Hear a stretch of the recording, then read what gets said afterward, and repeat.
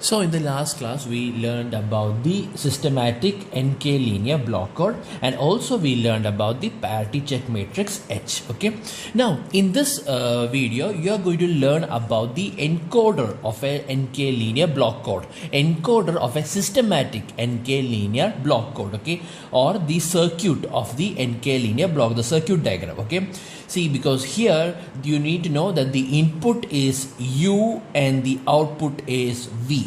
Okay, this U is the input bit which is of K bits, and this V is the output bit which is consisting of N bits. Okay, so first let's talk about the output.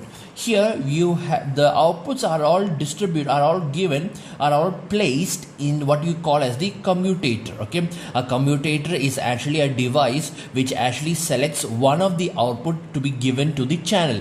Just think of it like a multiplexer. Okay, yes, that's the best thing. Just think of this as a multiplexer. It's a multiplexer, which means multiplexer means there will be many inputs and only one output, right? And only one of the input will be selected to go through the channel. So that is how this works. Okay, one of the output will be selected and it will be transmitted. So this is what is being transmitted. Okay, that is the output code, the output code word, that is the output bits, the N bit. See here, V1, V2, V3 up to Vn. Okay, V1, V2, V3, V4, V5, V6 up to Vk, Vk plus 1, Vk plus 2, Vk plus 3 up to Vn. This is the N bit output code word that you are going to transmit using the commutator. Okay, so now next is before we are moving on to the actual circuit, okay, of the actual equation for what we need to understand, what is the equation for each of these, right? We all know that this is a systematic block code. A systematic block code means the K bit input will be exactly the same as the first K bits or the last K bits of the output code word. So here in our example, the K bits is equal to the first K bits of the output code word, which means the value of V1, V2, V3 up to Vk will be exactly the same as your input bits. Or in other words, V1, let me use the same pen that is we used in the circuit diagram, so you'll be able to understand. V1 is equal to U1. That is what is shown over here. See, U1 will be transferred to V1. That is what it means. V1 is equal to U1. Okay. Likewise, V2 is equal to U2. Right? V2 is equal to U2. See, U2 over here is equal to V2. Okay. Next, V3 is equal to U3. V3 is equal to U3. Okay. That is it, and it goes on, right? Depending on how many input bits are there, that many input bits will be transferred as it is to the output from V1 to Vk, right? So that means from V1 to Vk, the value of the output will be equal to the value of the input bits. Okay, this is the actual definition of the systematic block code. Now let's talk about the remaining words. That is, remaining what comes after Vk, that is between Vk and Vn. Vn is the last bit, right? Because this is an N bit, V1, V2, V3. So Vn is the last bit of the output code word. So what is the equation? So to know that equation, all you need to do, we have already learned about the equation, right? That is this is applied by applying the inputs into the identity matrix. So the remaining is applied by using the parity generator matrix P, right? We multiply it with the corresponding the columns of the parity generator matrix. So that is what we are doing here. That is the equation for Vk plus 1. The equation for Vk plus 1 is given by U1 P11 plus U2 P21 plus U3 P31 plus, and it goes on up to the last one, Qk Pk1. This is the equation for Vk plus 1. Okay, where U1, U2, U3 are nothing but the input bits, right? They are nothing but the input bits, and P11, P21, P31, if you remember, all these are nothing but the first column of the parity generator matrix. Okay, Now look at the circuit implementation of Vk plus 1. Here, see, this is the Vk plus 1. Look at the circuit implementation of Vk plus 1. This is the one. See this portion right here. This section. U1 into P11 plus U2 into P21 plus U3 into P31 plus, and it goes on up to UK into PK1. Okay. That is the first, that is the equation for Vk plus 1. Okay. In the same way, the equation for Vk plus 2. Okay. The equation for Vk plus 2, it will be nothing but same thing. U1 into P12 plus U2 into P22 plus U3 into P32 plus, and it goes on up to UK into PK2. This is how it goes. This is the equation, and that section is over here. See, that is from U1 into P12 plus U2 into P22 plus U3 into P32 plus, and it goes on up to UK into PK2 is equal to Vk plus 2.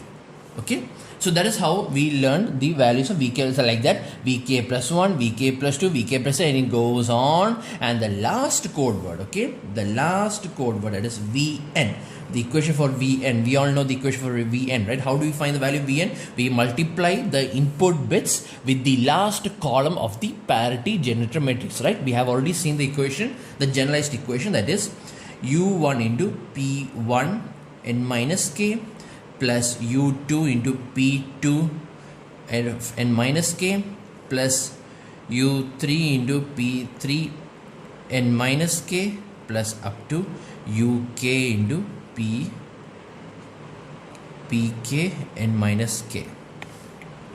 This is the equation, and that is what is shown over here, right? If you look very carefully over here, this is U1 into P1 n minus k plus U2 into P2 n minus k plus, and it goes on up to UK into PK n minus k, and this is, and all this added together, and you will get the value of the last code bit, last output code word bit, the output bit of the last bit of the output code word, which is Vn. Okay, this is the circuit diagram. This is the circuit diagram of an NK linear block code, where the value of N and K is not specified. It's a generalized meaning. Okay, so what is more important than this circuit diagram is how to do the problems. That is what is actually more important than the actual circuit. Okay, so what I will do is, we already know the previous problem, right? Our previous problem, that is the 6-3 linear block code we have been using, right? It's an example for all our theory. I am always using the 6-3 linear block code. Okay, and you all know what is the generator matrix of that. You can refer the previous video. In the previous problem, the generator matrix I'm using over here is 1 0 0 0 1 0 0 0 1, and this value will be 0 1 1 1 0 1 1 1 0. Okay, so this is the generator matrix, right? So this is how the question will be asked. Draw the encoder of a 6-3 linear block code whose generator matrix is this one. That is how the question will be asked. Draw a 6-3 linear block. I need you all to write it in your notebook. Okay, draw a 6-3 linear block code whose G is equal to like this. They can either ask like that, or they can also ask like this. Draw a 6-3 linear block code whose, they will not give the value of G. You know what they'll give you? They'll just give you the value of P, only P.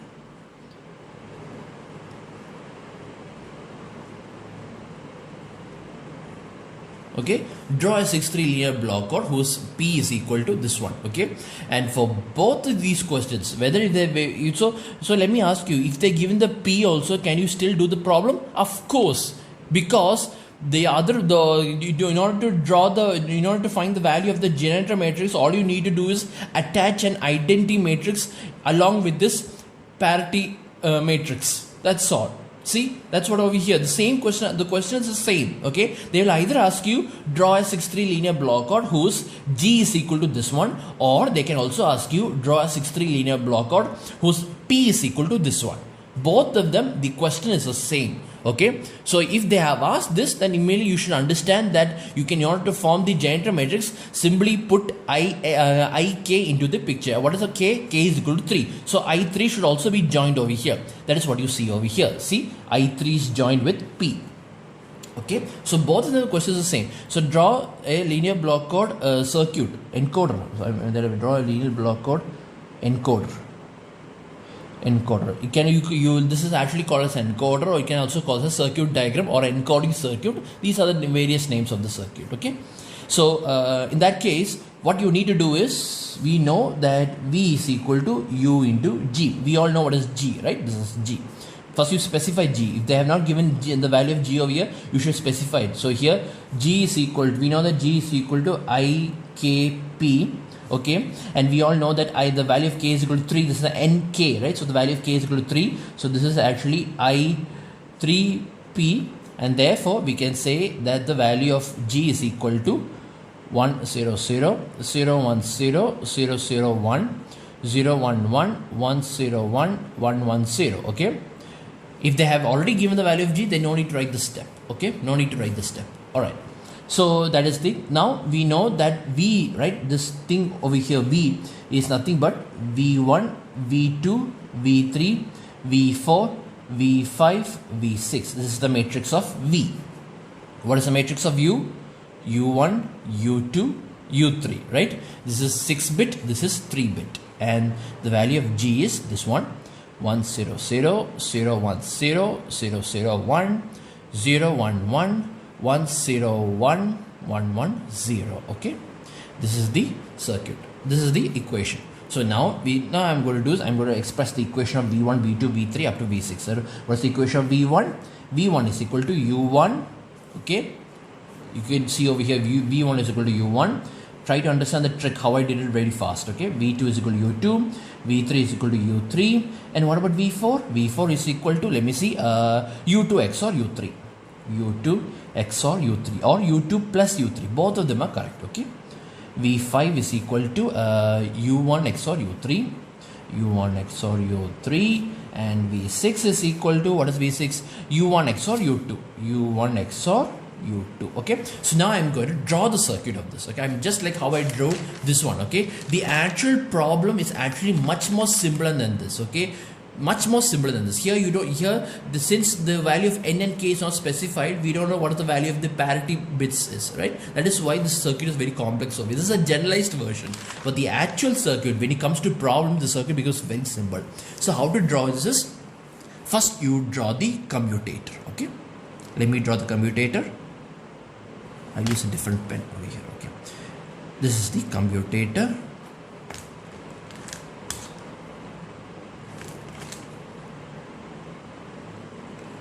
Okay, it should be a semicircle.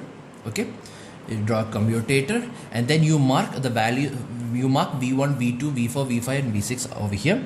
So this is V1, this is V2, this is V3, this is V4, this is V5, and this is V6. Okay, this much is enough, right? That's okay. So this is, let me write it, V1, V2, V3, V4, V5, V6. Okay, and this is the channel, and this is the select line to select which value goes to the output. Okay, and it goes in this direction. This is the channel. Okay, remember, this is what you're going to transmit. This is what you're going to transmit to the channel. So this is the output code.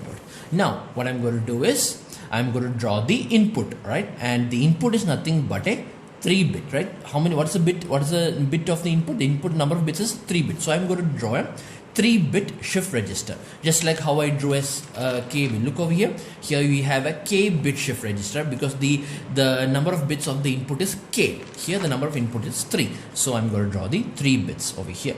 So this is how it looks like. That is a 3-bit shift register.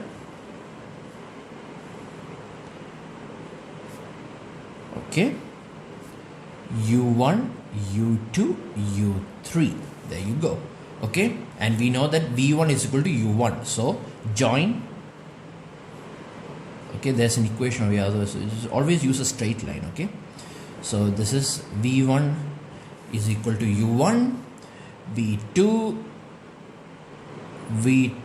is equal to U2, and V3 is equal to U3. There you go. Okay, this is how we join. Okay, try to draw, make it all in a straight line, just like how I drew over here. Okay, that is what the neatness is. Okay, try to make it in a straight line. Both of them should be, all the lines should be parallel to each other. That is where the beauty of this circuit lies. Okay, so try to draw like here. I wrote an equation of it, so I have no space to make it upwards. That's why. So this is the value of V1, V2, V3. I found it. V1 is equal to U1, V2 is equal to U2, V3 is equal to U3, just like that. And now the remaining three, V4, V5, V6, I need to draw. And that is nothing but, you see, it's very simple. That is nothing but XOR gate. So it means if you want to draw the value of V4, okay. So what I'm going to do is I'm going to draw an XOR circuit over here. Okay, I will draw an XOR over here. And what is it? U2 XOR U3. So I'm going to, this is U2, this is U3. Okay, U2 XOR U3 is V4. So this is V4. There. See? Very easily I drew this. This is all. This is what it means. Very easy. Next is V5. What is V5? U1 XOR U3. This is U3. This is U1. So let me draw one XOR function over here. Okay. So this is U3. So U3 and U1. U1 XOR U3 is V5. So let me draw V5 over here. Okay, that's it. Now what is the last one? V6. And what is the equation for V6? U1 XOR U2. Let me draw another XOR function over here. Okay, and I say this is U1. Okay, and this is U2 is this one, right? Let this be U2. This is U2. Okay, this is U2 and this is U1, and so U1 XOR U2 is V6. That's all. Finished. This is the circuit diagram. See, so the actual circuit diagram to draw is actually much more simpler. Okay, the thing is, because since it's a systematic block diagram, how many inputs is there? That many output will be, the value will be the same. That is the first trick you need to understand. That is the definition of a systematic block code, right? That is the same input is this, with that many input will be the same as the output.